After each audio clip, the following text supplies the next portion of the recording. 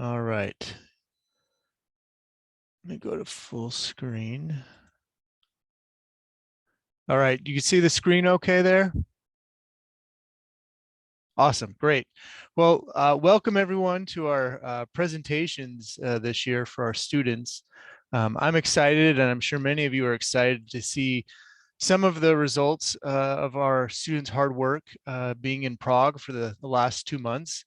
And before we jump into their work, we just wanted to give an overview of the whole entire concept of the Prague Project Center and the IQP that the students have been working on the last couple months. So let me just introduce the school that our students are coming from, Worcester Polytechnic Institute, or we like to call it WPI. So WPI is located in Massachusetts, which is right in the heart of New England in the United States. And you can see we're up here, up in the top right corner of the United States. So we are a New England school, and we have interactions with many other schools in the area. Predominantly, we're a technological university, which means that a lot of our students are coming to our school to study science or engineering. We offer a full spectrum of majors, but the majority of our students are geared towards science and engineering. Our campus is shown here, a few pictures. We are just over 150 years old. We just celebrated our 150-year anniversary in 2015. So we are young by European standards, but I would say a little on the older side by maybe some American standards. So I'd say that we have probably about probably about 4,000 to 5,000 undergraduate students. And maybe another 1,000 or 2,000 more graduate students. So we are a smaller university by American standards, but we do produce, or at least we have a lot of high-class students come to our university, as you'll see today from the presentations. One of the big components that sets our school apart from many schools, similar schools, is what we like to refer to as the WPI plan. So when students come to WPI, they are learning a lot of technical information and learning information about their majors and stuff. But we want them to do more than just learn technical information and learn technical details and so forth. So back in 1970, the WPI plan was created. So this is a plan that we've been running for 50 years. And the idea is that to give students an opportunity to develop skills that they would not normally develop in a typical classroom setting, but to learn how to work on projects, to learn how to work with other people, and to work on do work that has impact on the world. And you can see different components right here of the WPI plan. And all of this comes together with what we call the IQP, or Interactive Qualifying Project. So our students are required, typically in their junior year, that's their third year of school, to complete the IQP, or Interactive Qualifying Project. And this is a project that the students get credit for, so they get some credit towards their degree. It's a 2-month project. They are immersed in local communities, meaning that they will go all across the globe to various sites, and they'll spend those 2 months in those communities, and they'll work on different projects to help out those communities. These are projects where we would like to see impact, where we'd like to see some positive impact, where our students are helping those communities. These are interdisciplinary projects. So these are not projects that are typically in the student's major. So for instance, if a student is studying mechanical engineering, on their IQP, there's a good chance they're not going to be doing anything related to mechanical engineering on their IQP. Instead, they'll be doing working on projects a lot of times outside the majors or the studies of the students. So they're learning new skills while also interacting with people of different backgrounds. So our teams will often have students with various degrees or different majors working together on these projects. And then the final part here is that these projects are research and writing intensive. So it's not just that students work to help out different communities and so forth, but we expect them to also learn how to express their work by writing up a final report, a project report. These are usually really detailed reports that are on the order of 100 pages, and then also express their work through presentations like you're seeing today. Let me just give you a few examples of our IQP. These are some that I just, I found off the websites that we've had. You can go there and you'll see there's hundreds, even thousands of different projects that students have worked on through the years, but these are a few that I think are noteworthy. One is in Venice, Italy, we have students go there. And for years, our students have worked on the bell towers there. So there's all these bell towers connected with different churches that are in various states of disarray.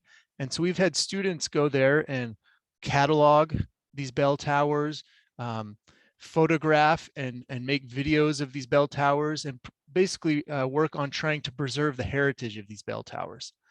We've had students who go to London, and an example here is some students have designed workshops for the Design Museum of London. So they've developed these little workshops that youth can come and participate in. And so our students were involved in developing those. And the last example here is recycling discarded textiles.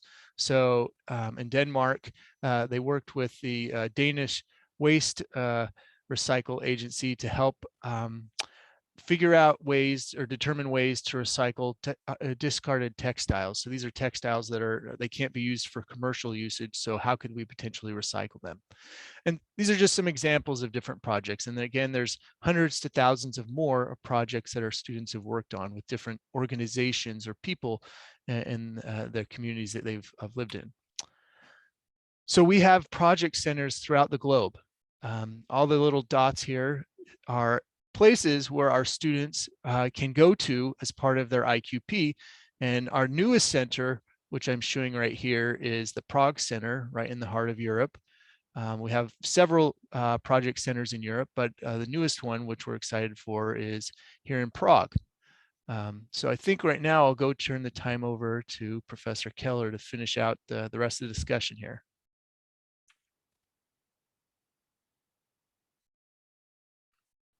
Let me see here. Okay, so let me share my screen. Bear with me one moment. There it is. So hello, everyone. I'm Marie Keller, co-director with Aaron Deskins, the Prague Center. And as you can see, we have our a big dot here for where Prague is located in the world. And for those of you who are in Prague, you are familiar with this picture. So move on to the next slide. So Aaron contacted me, I think it was in 2018, because he had an interest in starting a center at Prague or in the Czech Republic, and there hadn't been one at WPI in the 40 years that this project center has been running at WPI. And I think he simply, searched for WPI and Czech Republic, and my name came up. So Aaron had spent a year living in Prague in the 1990s, and I started going to the Czech Republic in 2001 to study puppetry, which is a national art form, I would say. And we began talking. We're from different departments, and we had common interest in sharing our enjoyment of Prague Center. And so we decided let's have a go at it. And so a couple of pictures of ourselves. So we began looking in 2018 to see if this was possible. We did a site visit in 2019. I was in Prague, and Aaron came and met me, and we looked around to see different places. And of course, this was all before COVID happened.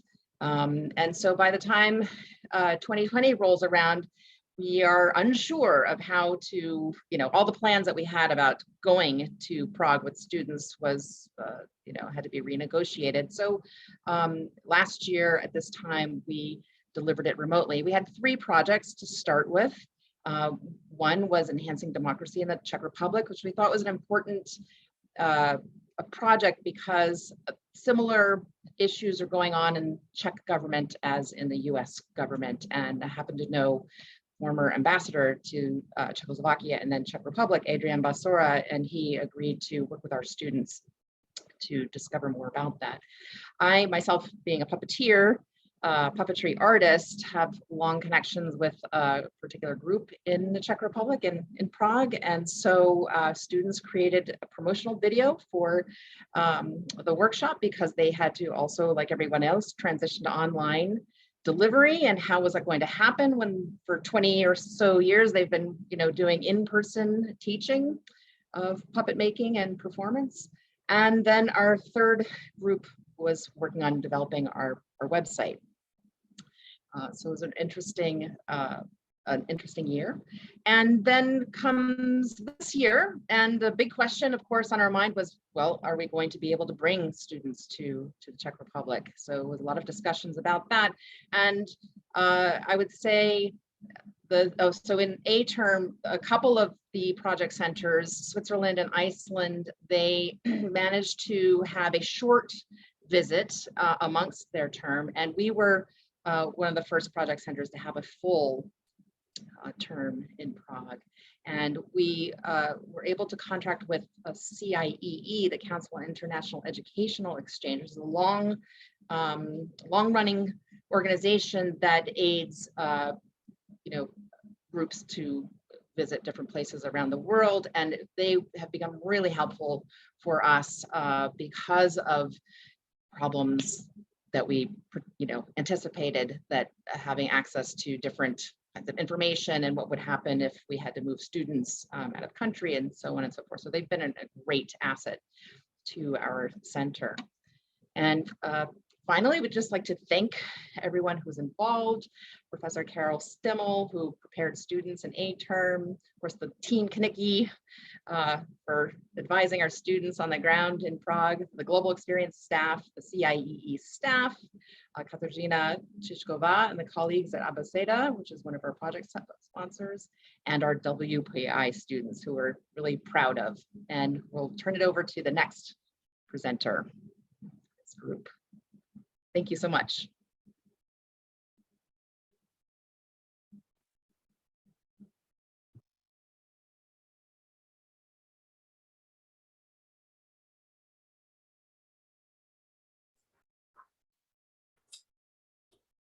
Okay, without further ado, we're going to have the first presentation from 4 students about sustainable tourism in Prague.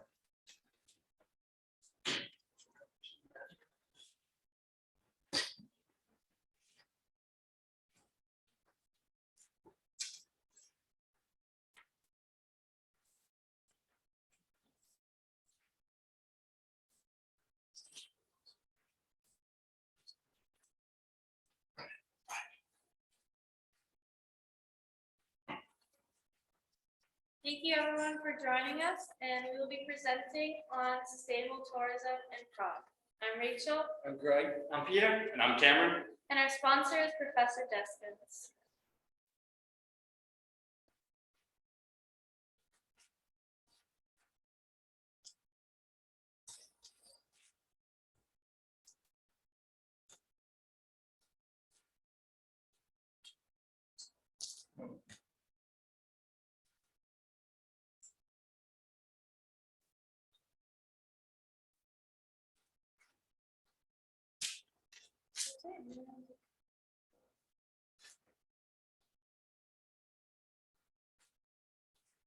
As many of you know, here's Prague, and this red line going through the middle is known as the Royal Way. A lot of Prague's main cultural and attractions are located along this route, as is Prague's main tourism center. So in fact, so many tourists congregate around this area that in the summer, a lot of people have worries of pickpocketing, and even it becomes difficult to traverse the Charles Bridge at times. But the Royal Way starts over here in the east on Republic Square. Then it moves over to Our Lady Before Tin and Prague's main square. Then it crosses the Charles Bridge and then winds its way up to Prague Castle. Prague is a historically rich and beautiful city attracting millions of tourists each year. Unfortunately, this has caused Prague's economy to become hyper-focused on tourism without considering the consequences. On my right here, you can see the very overcrowded Charles Bridge. And due to over-tourism, Prague has developed many issues of overcrowding, over-tourism, and lack of non-tourism-driven businesses.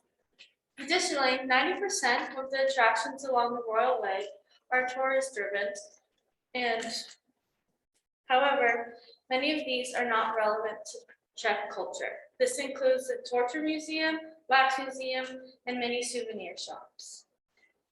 So, talking about authenticity. When we define authenticity or authentic attractions in Prague, we're talking about attractions that pertain to genuine Czech history, Czech tradition, and Czech culture. Now, Prague itself is a very, very beautiful city with amazing buildings and rich culture.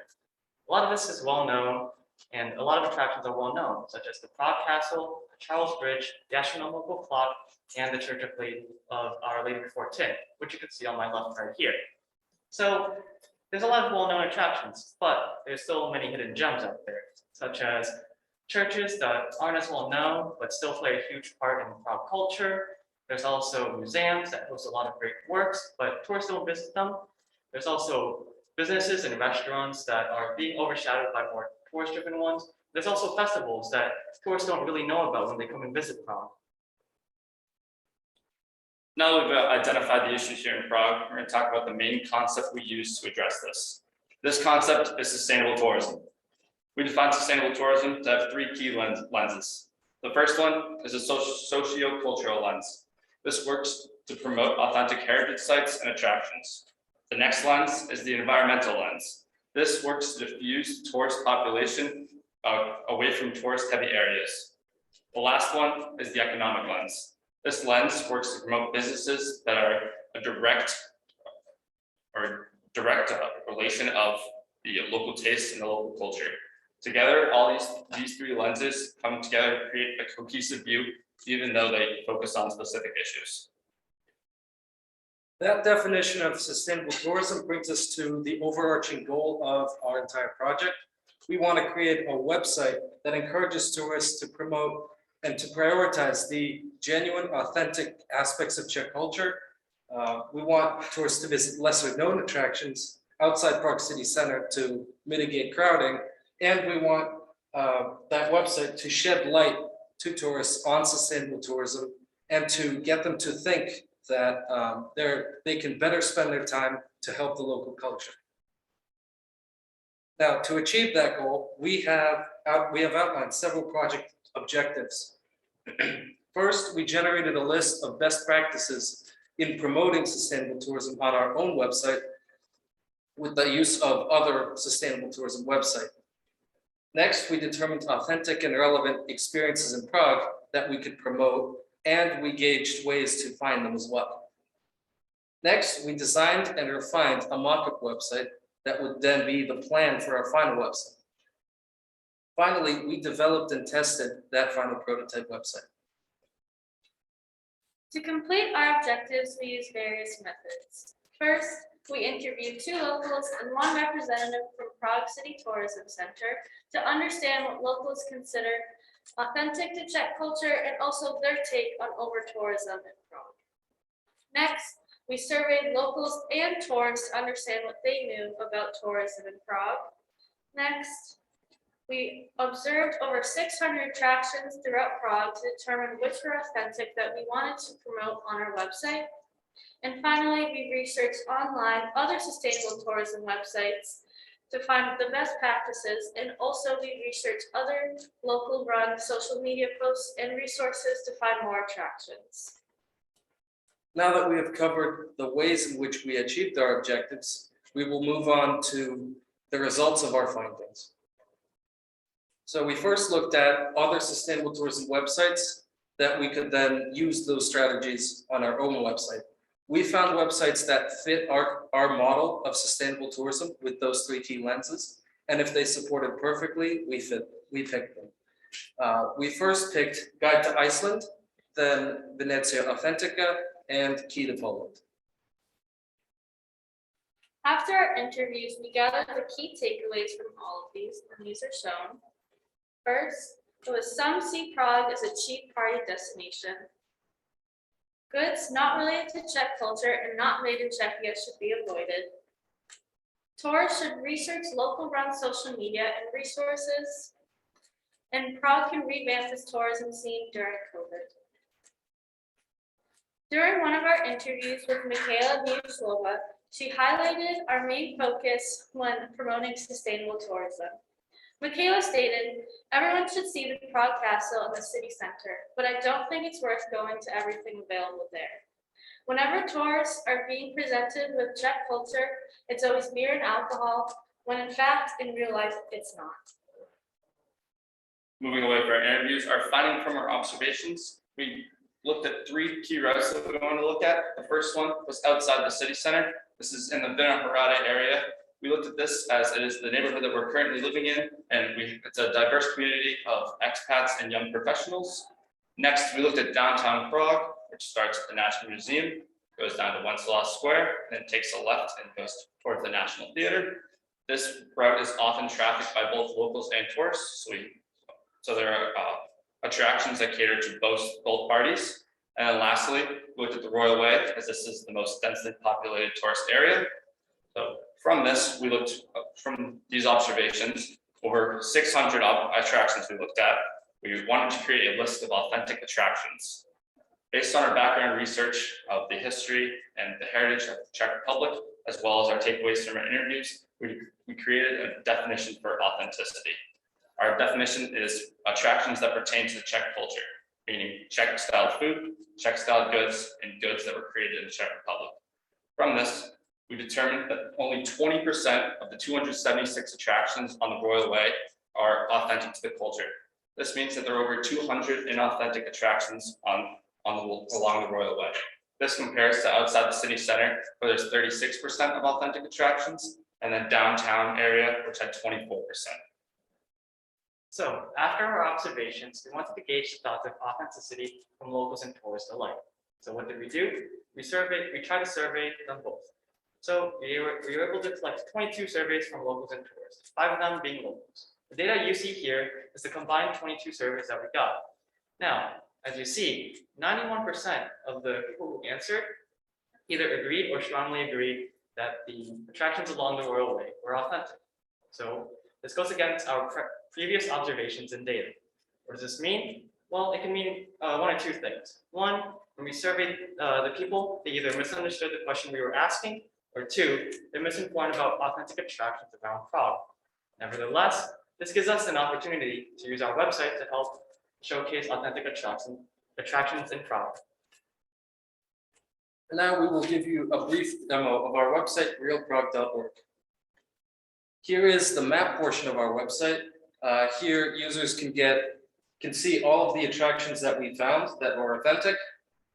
Up here is our filter section where users can narrow down their search of our attractions. We have 130, which is a lot. So, for example, if users only wanted to see the restaurant and heritage sites, they can do that.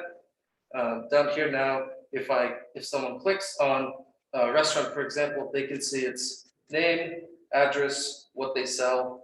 And if they click more details, that brings them to Google Maps where they can see reviews, hours, phone, website, and so on. This is really the best way we could have done this because this information changes and because we didn't have much time to make the website. Now, if I scroll down, here is the list view of our website where users can search through all of our attractions. And they can also see all the information written out like this. And if they click, it brings them back up to the map to show them where that attraction is. So moving on to our festivals page where we collected Prague's annual festivals. As you can see on the top of the page, all the festivals are organized by their season, and clicking one of the buttons, you could go right to that season, for example, autumn. Now, you could use the arrow icon right as you see here, or the navigation or progress bar you see below to navigate through the festivals. You can use the more information button to go right to the page. As you can see here, Young Bohemia, and that sums up our festivals page. And now moving on to our mission page. On this page, we tell users about our mission of promoting sustainable tourism in Prague. We first do this by defining the definition of sustainable tourism. Then using our 3 key lenses to describe what sustainable tourism is, and then specifically what the issue of over-tourism is in Prague. We do this through visuals and also information. And finally, this link would bring you to an infographic on how tourists can travel sustainably in Prague. And that concludes our website demo. Our last result is from our surveys. After we completed our website, we sent out a survey link as well as the link to our website to receive external feedback. In the span of 72 hours, we received 99 responses. The feedback from the surveys was overall very positive in all aspects. The graph here to my left discusses the content of the website being meaningful and promoting authenticity in Prague. We discovered that 95% of the respondents either agreed or strongly agreed to this statement. This is a great conclusion for us as we were able to back up our focal point of our project as we spent a lot of time researching and designing our website to promote authentic experiences. So our website isn't perfect, however, there is still more future work that can be done. First is making a more mobile-friendly version of the website. When we handed out our website for critique, a lot of people, especially mobile users, critiqued us on how hard it was to navigate through the website on their mobile devices and look at the information. So a future group can help improve the website by making a more mobile-friendly version. Second, adding more areas. With the time we had, we tried our best to get as many areas all around Prague to add onto our map. However, there are still very few on many districts in Prague. So to help improve the website, we would like a future group to help add more areas on lesser known area districts of Prague. 3, implementing our own review system. Now, we didn't want to reinvent the wheel, so we did use Google to help give details on attractions in Prague. Now, to make it more appealing for users, we could implement our own review system, such as TripAdvisor or Yelp. And fourthly, adding a transportation page. Now, we recently learned of how amazing Prague's public transportation is. It's actually ranked in the top 12 of public transportation in the world. Now, we only recently learned about this, so maybe tourists don't know about this also. So adding this page would help a tourist a lot about knowing how to navigate through Prague itself. And that sums up about our future work. Though we can improve our website, we still believe that we can positively impact the locals in Prague. Given our wonderful surveys, we believe that our website is primed to make an impact.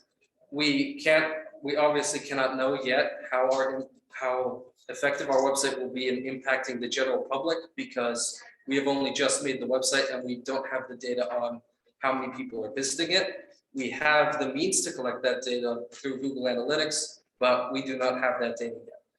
We believe that we can, though, help tourists get better experiences and to learn more about Prague's culture. We also believe we can help locals through reduced crowding in the center of the city. We hope that we can lower their costs of living and give them better cultural representation through restaurants, heritage sites, and souvenirs. Additionally, we envision that we can help the local government through better revenues from tourists spending more on a better experience, and through locals moving back into their city due to lower costs. We believe that we can truly help locals, and I believe we have achieved our goal in creating a website that truly supports sustainable tourism. That is the end of our presentation. Here are our image references. And we'd like to give a special thanks to our advisor, Professor Kinicki, our sponsor, Professor Deskins, and to all of you for coming here. Shout out to Michaela for doing a lovely interview for us. Thank you. And shout out to anyone who did our survey as well. Do we have any questions? And if you're on Zoom, please feel free to type them in the chat.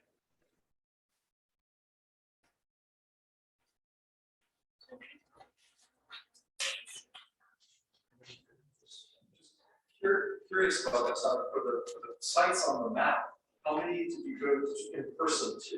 We went to all 6, we Yeah. observed 614. We started, I believe it was 9 a.m. in the morning, and then went around the Demetre area, noting both some notes about crowding levels, if there's outdoor seating, and then categorizing the different types of attractions. And then we continued on, we went downtown, and then we did the Royal Way, and we included the Charles Bridge and the street performers. We went for that. It was around Friday evening when it was most populated. So.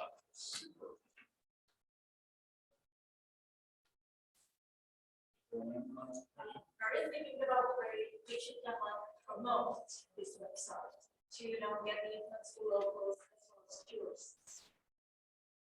We haven't done much research into how we're going to promote it. We were just focusing on trying to have a lasting impact. That's why we're using external websites.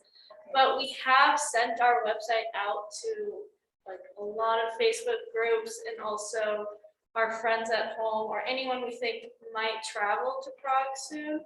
So that's kind of how we promoted it. I don't know if we're really going to do more. Yeah, and of the people we sent the survey to, a lot of them responded that they would use this website and recommend it to someone else traveling to Prague, so that's the way. Is there any in the chat? All right, let's thank the speakers.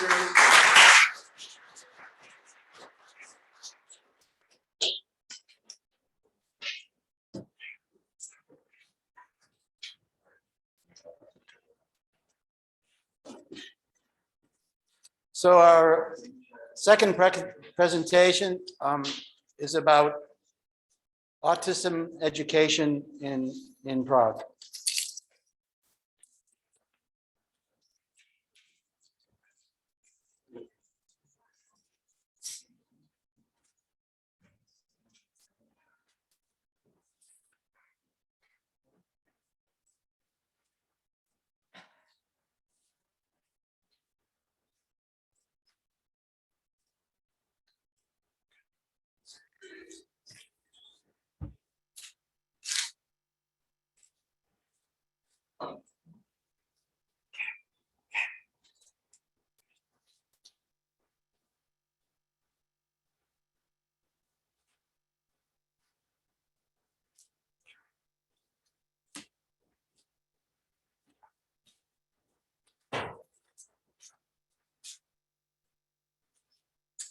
Hello, everyone. Thank you for joining us for our IQP presentation.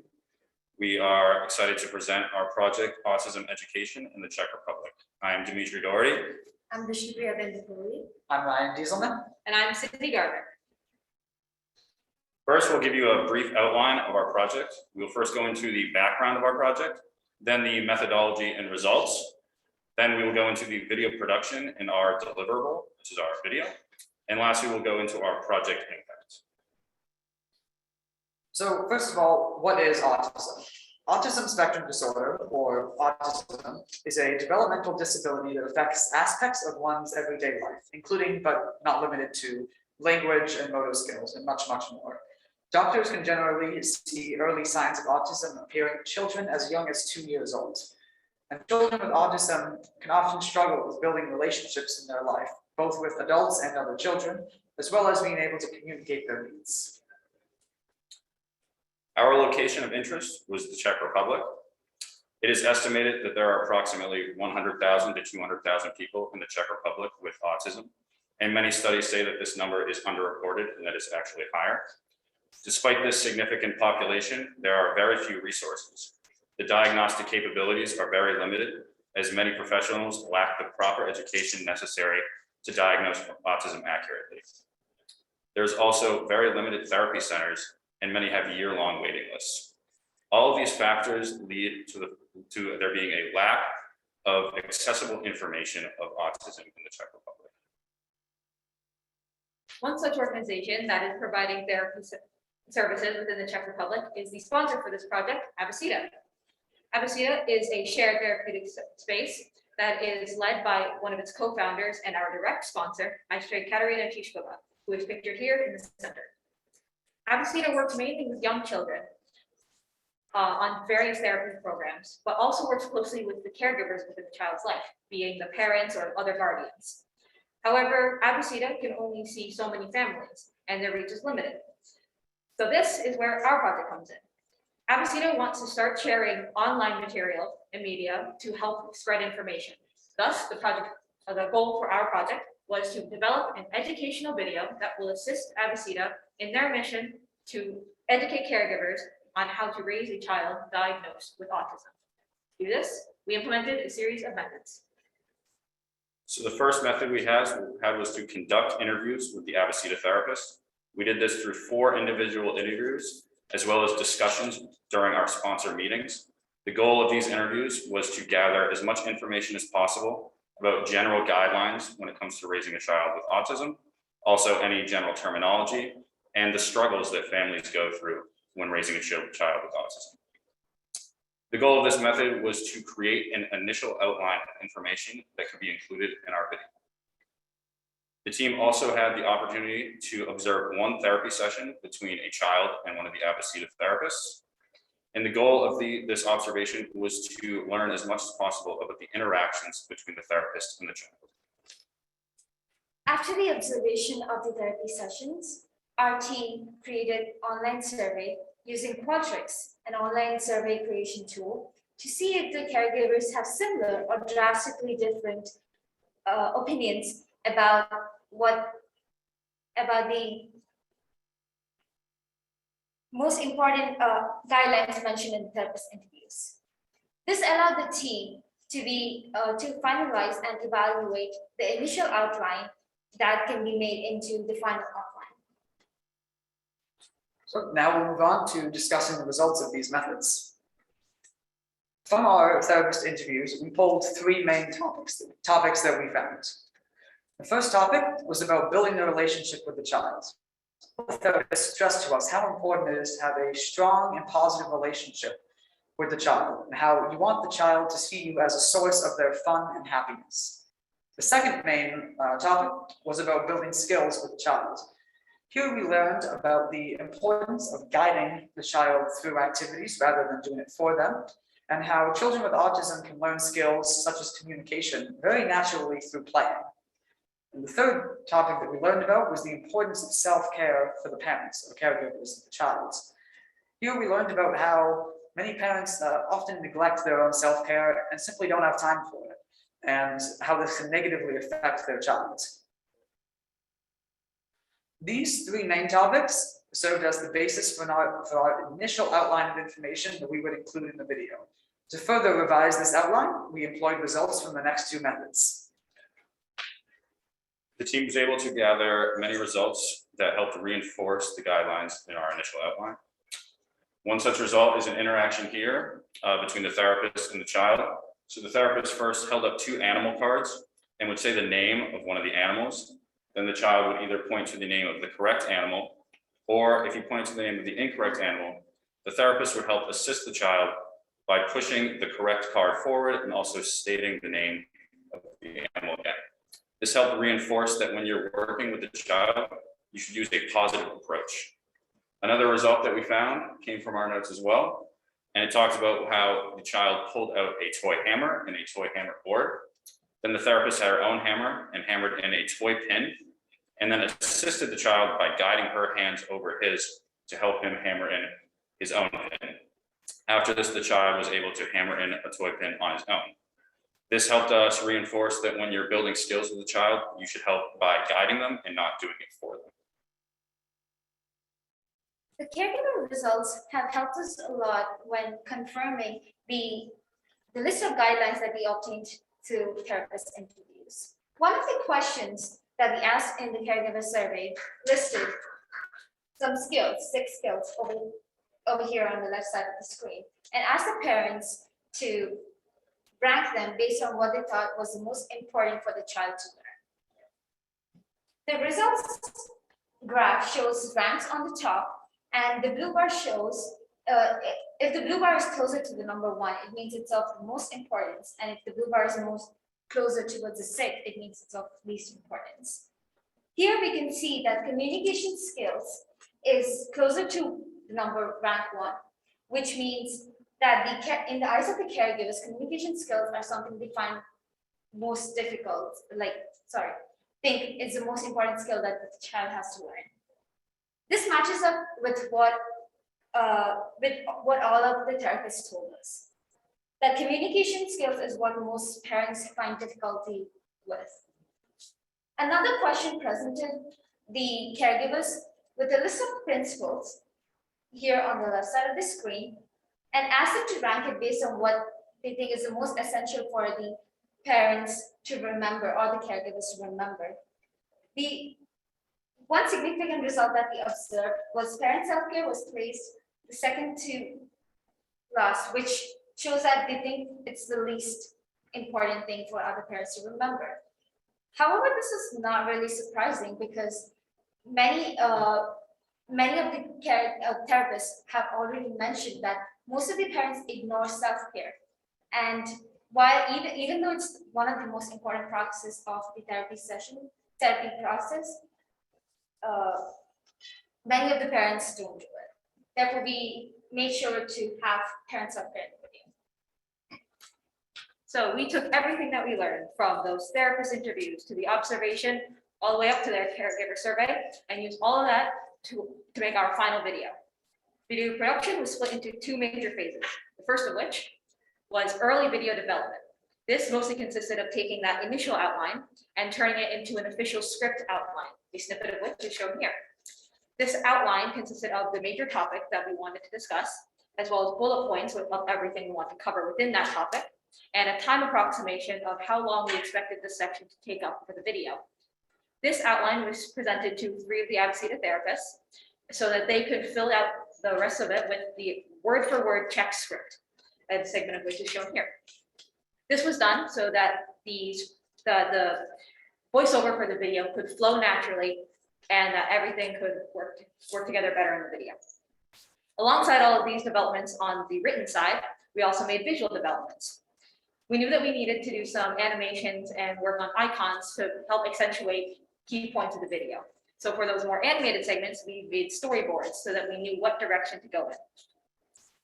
Finally, we took all these materials and brought them to Amodea, and we spent a day recording everything, the live footage for the intro and conclusion parts of segments, as well as all the voiceover for the animated segments. Everything was brought into a video editing software and assembled so that it could become the 13-minute video it is today. This video took about 90 to 100 hours over the course of 2.5 weeks. This video is entirely in Czech, and we are going to show a 3-minute segment of it now. It is the second major topic of the video, which is building skills with the child.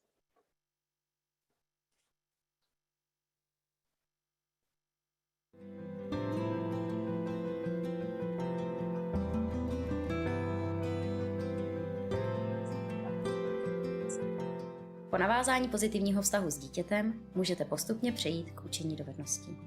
Často se nás vy, rodiče, ptáte, kde jen začít. Je toho tolik, co dítě nezvládá a co musí dohnat. Soustředit se na to, co je potřeba dítě naučit a co ještě neumí, je přirozená lidská vlastnost. Zkuste se ale na chvíli zastavit a podívat se na to, co už vaše dítě umí a co už se zvládlo naučit. Vždy se něco najde.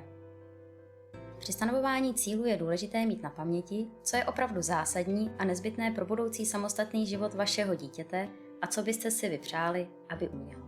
Dalším z faktorů, který je nutné brát v potaz, je nejen kapacita dítěte, ale také ta vaše.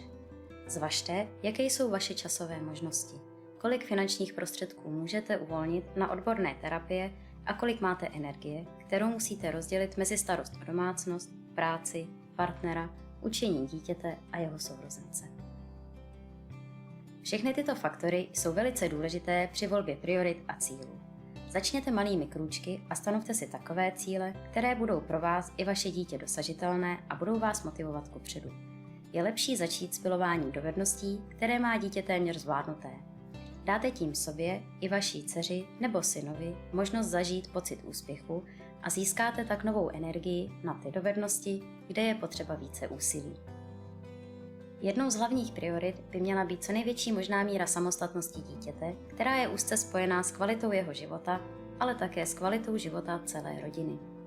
K K dosažení nezávislosti je nezbytné pracovat především na komunikačních, sebeobslužných a praktických dovednostech, ale také na schopnosti si hrát a trávit čas samostatně bez pozornosti ostatních.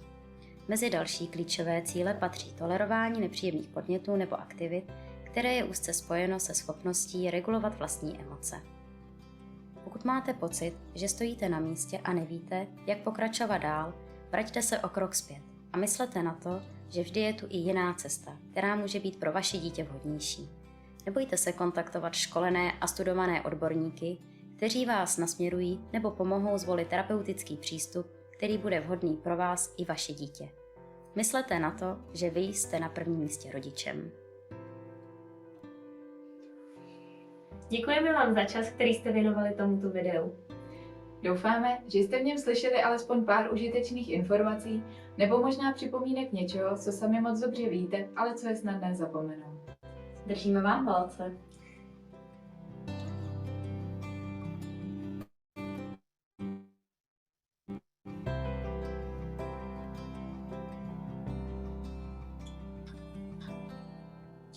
So now we're going to talk about the project impact. From our research, we found a lot of limiting factors for families that were trying to get resources on autism in the Czech Republic. 3 of these factors are listed here. The first is financial factors. Many families don't have the necessary finances to pay for therapy sessions. Another factor is geographical factors, as many families do not live close enough to therapy centers to get proper therapy. And lastly, accessibility of therapy. As we discussed earlier, there is usually a year-long waiting list, and a lot of families need resources now. So here's where the impact of our project comes in.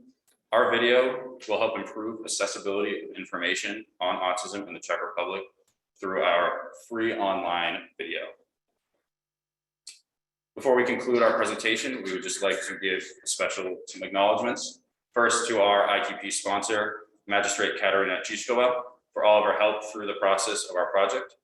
Also, the 2 other co-founders of Abeceda, Lucy and Katarina, for their help with the interviews, observations, and participation in the video.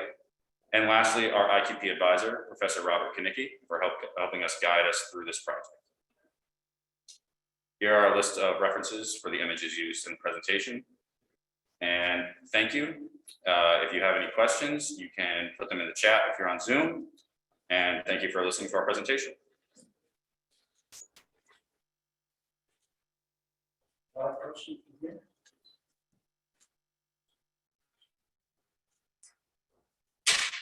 How did you originally make the connection with the local organization?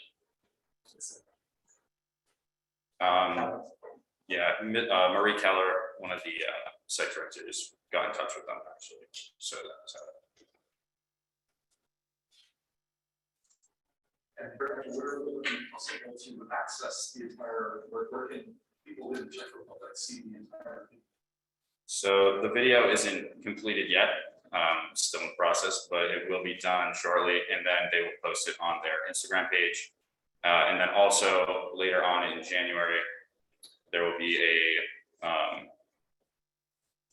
video platform that they're going to be posting videos on, so that it'll be there.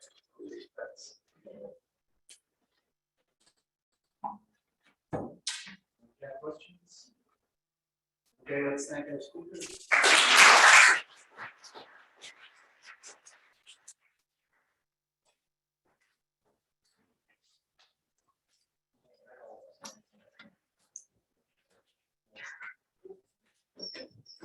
So our final student presentation is about the future. So this project team is going to talk about establishing partner relationships in the future with WPI.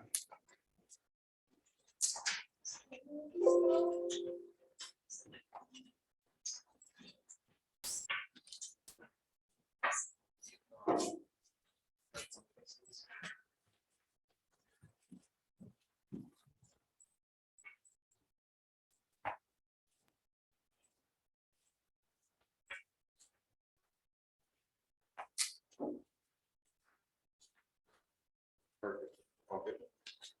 Hello, everybody, and thank you for making it this far to come to our presentation. So my name is Matthew Amodea. My name is Emily Gorelik. I'm President Sakac. We are the future partner team, and our project is establishing future relations. So considering the information a little bit more in depth on project centers and the Prague Project Center. So as you can see today, the teams that are presented are the exact reason as to why WPI has developed such a large global program. The educational experience for the students through these projects is a great experience for students, and also the quality of the results from the projects is a great help to the partner organizations as well. We complete over hundreds of projects every year, and our intention is to increase the amount of projects completed in Prague by WPI students. The 12 of us students here today are actually the first students to travel to Prague to complete a project. As you can see from this graph, it shows the number of IQPs completed with external project partners by project center location in a typical year. So London was one of the first of the 3 project centers created, and it was created in 1987. On a typical year, they complete projects for 3 of the terms or 3/4 of the academic year, and they conduct about 18 projects. At a typical project center that hasn't been around for as long, there are about 6 projects that are completed, and you can see that, at least in this year, there's been 1 project completed with an external partner, Amodea, which you've just seen. So here, Cindy, after completing her project, she's from the class of 1982, she said, "This is real. The project is going to make a difference for somebody." And she offers her opinion on how the project not only affects students, but also strangers. And we wish to give that opportunity to students traveling to Prague for years to come. So before we continue, we just want to clarify that the terms partner, sponsor, and collaborator are interchangeable when talking about the organizations that WPI works with for IQPs. Moving on with the presentation, I would like to introduce who we work with for this project. So before I can do that, I have to first mention the Global Projects Program, who works with the Department of Integrative and Global Studies to manage the over 40 project centers WPI has around the world. Prague is the location of the newest project center, as you've heard before, and it has 2 co-directors, which are Professor Aaron Deskins and Professor Marie Keller. Having said all that, we work very closely with Professor Deskins on this project. I'll now move into talking about 3 major stakeholder groups of our project. The first group is the citizens and organizations in Prague and the Czech Republic that will benefit from the work of future projects. The next group is future students at WPI who want to complete their IQP in Prague, and our work has helped to expand the opportunities available to them. Finally, WPI is another major stakeholder in the project. The success of the Global Projects Program affects the reputation of the school, and with a growing student population, WPI wants to ensure that it can provide a global experience to every student that wishes to have one. So with the motivation and the stakeholders in mind, I'll go over our mission statement for this project, which is to identify, inform, and establish relationships with potential partner organizations, producing a significant number of projects, assisting the WPI Prague Project Center, and expanding opportunities available to students. Now, to accomplish this goal, we are going to go through 3 objectives. To give a brief overview of these objectives first, and then my teammates will explain them in greater detail. The first objective is to determine a set of criteria for a suitable partner. This allowed our team to assess these organizations and reach out to those which we believe fit the IQP program. The second is to identify potential partner organizations. And our team utilized multiple techniques to find organizations which work in areas such as societal, economic, and cultural in Prague. And the third and most important objective is to inform representatives and to establish these relationships. Now, this objective will allow us to fulfill our goal of providing more projects and expanding the Prague Project Center. To begin objective 1, we started by interviewing 8 center directors of other project locations, as well as analyzing 3 past IQP reports. The center directors we interviewed were ones that operate sites similar to the Czech Republic. This is other European sites, including Turin, Albania, which not only is located in Europe, but also shares a similar background history to the Czech Republic, being run by communist governments in their past. The three reports that we chose to analyze were three of the most recent establishment IQPs. So these are students in other locations around the globe that did very similar work that we did establishing these connections. These are in Oahu, Hawaii, Hangzhou, China, and Reykjavik, Iceland. Once we developed transcripts of the center director interviews and these reports, we looked through these reports to develop a set of criteria that we used to determine what made a suitable project partner moving forward. Here you can see the transcripts that we generated. There's roughly 70 pages of them once they were edited for clarity. So in order to complete our second objective of identifying potential partner organizations, we utilized three main methods. These were interviews with intermediate contacts, secondary online research, and personal observations. We interviewed two intermediate contacts, Ms. Eva Ilnarova and Professor Keller. Ms. Ilnarova was a tour guide for us students during our orientation here in Prague, and as she mentioned before, Professor Keller has been traveling to Prague since 2001 to study puppetry. Our online research focused on identifying NGOs in Prague because those did not appear often in our interviews. And then finally, we identified a total of 47 organizations through our research, but using the criteria from objective 1, we narrowed that list down to 35 potential partner organizations. Our third and final objective was to inform entity representatives of IQP details and establish relationships with organizations. We contacted all of the filtered organizations from objective 2 using various different methods, including email, phone call, and even Facebook Messenger. We then informed them, gave them a brief description of the IQP, and also provided 3 possible projects that have been completed in the past that may be applicable for their organization. We then asked if they would be willing to join us in a 20 to 30 minute conversation so that we can present additional information about the IQP. On the next slide, you can see the information that we displayed using a slideshow. We first talked about how the IQP is when a group of well-prepared students travels to a site abroad to complete a project for an organization. We then showed 3 possible examples of projects that have been completed in the past and can be replicated by their organization. We then went over how students prepare, the benefits to partners, the responsibility of partners. We talked about how the IQP is not an internship, but rather closely related to a consultancy. So the students, instead of working underneath an organization or working for them, they work in parallel to complete a project with the organization.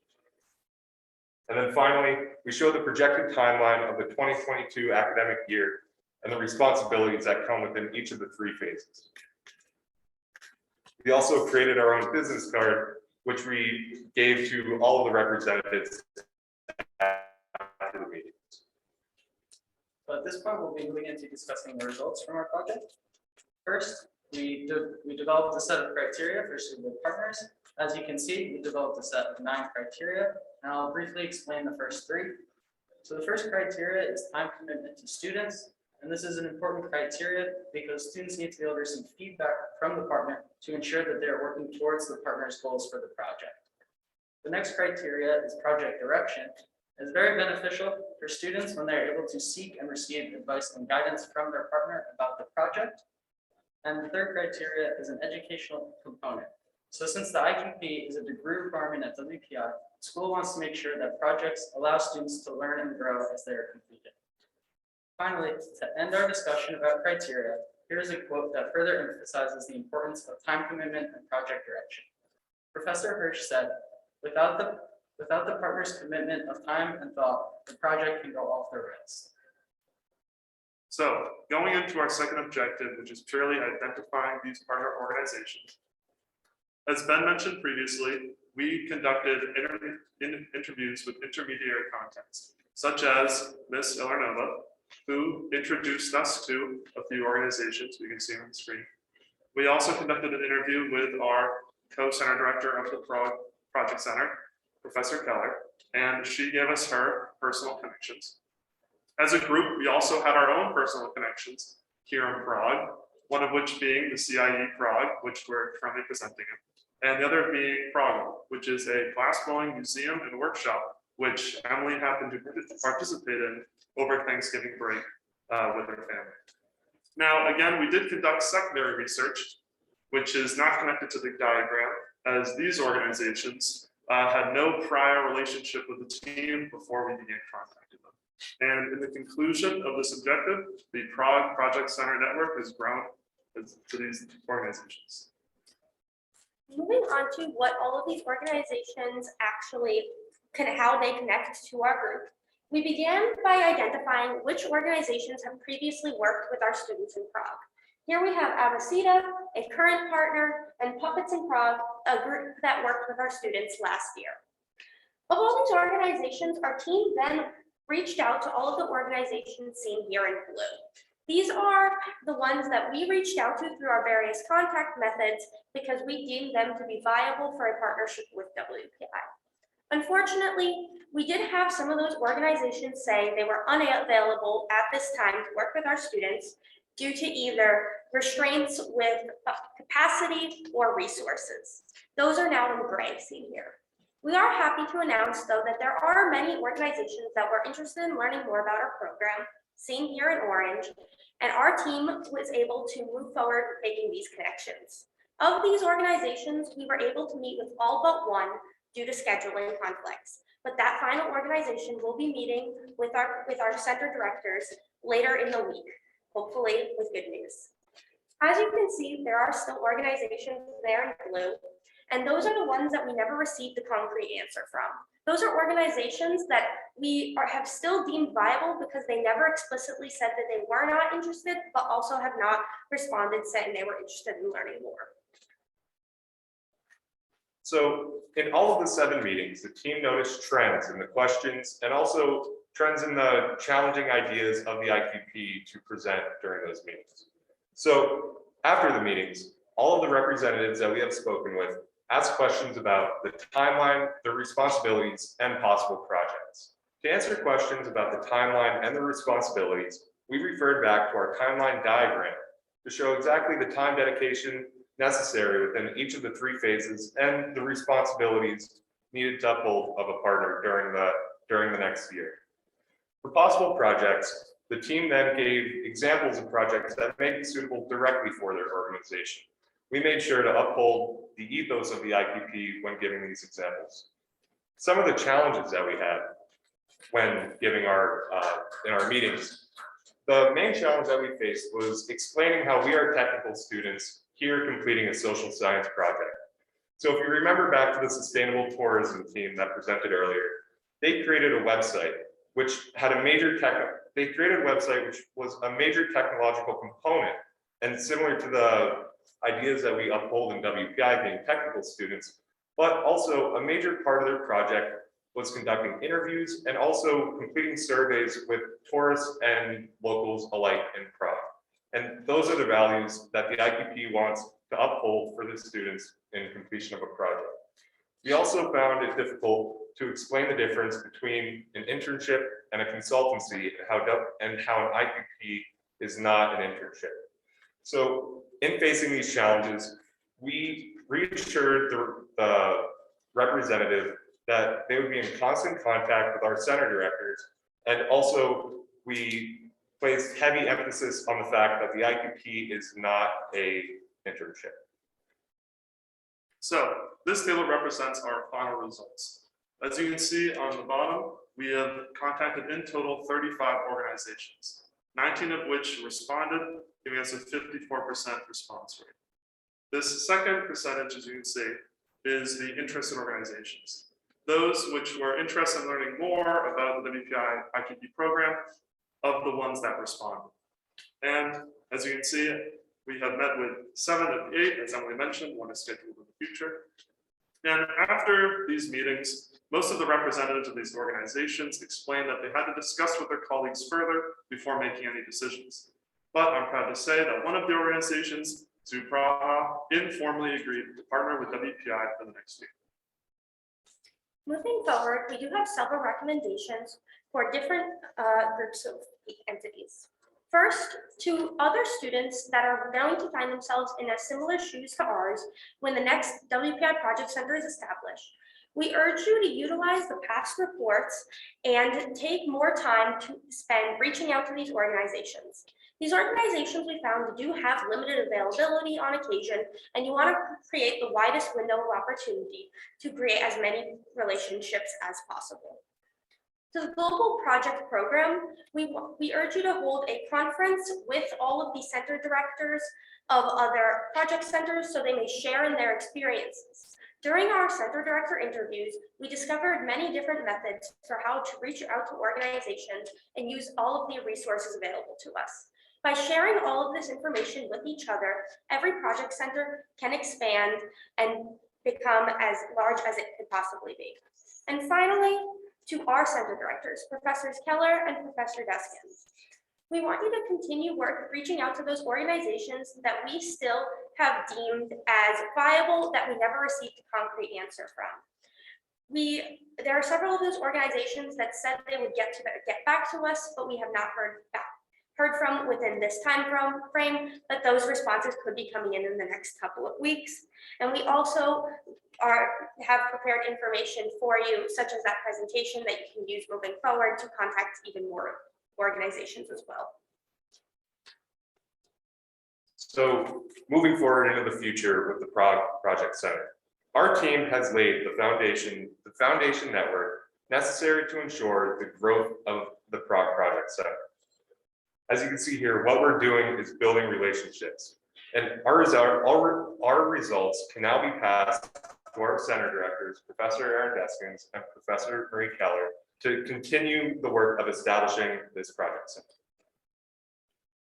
The images have been provided by these sources.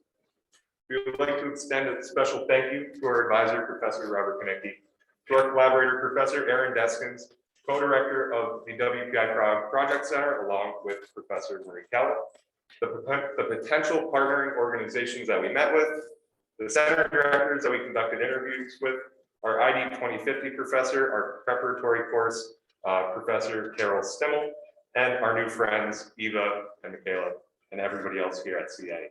Thank you. Decui May, are there any questions? And if you're on Zoom, please feel free to type your question in the chat.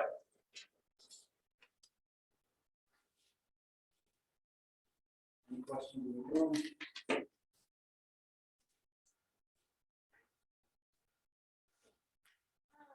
What will you be passing on to the center directors so that they can continue? So for the center directors, in addition to passing on that network of all the contacts, we do have more information as well, and the colors are coordinated for all of that to line up.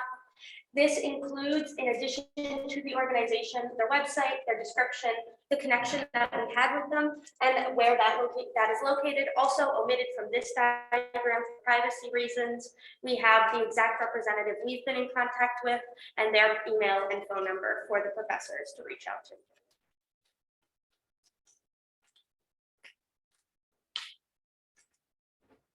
Any more Zoom questions? Okay, let's questions.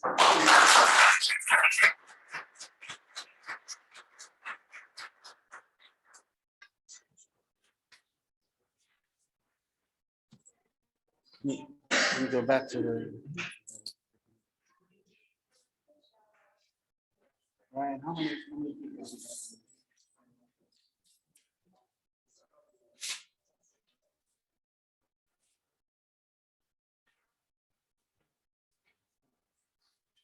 So one advantage of being the advisor, I get the final word. And so first, it's really, I want to give out thanks. I want to thank the 21 Zoom people out there who stayed the course and listened to these projects. I hope you see what the students have done.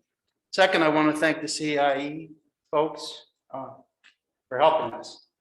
It's been really valuable to us. And finally,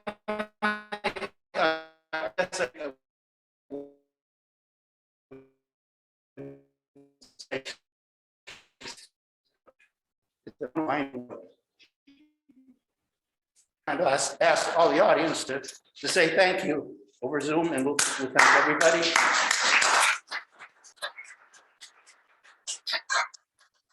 And with that, I'll close these final presentations.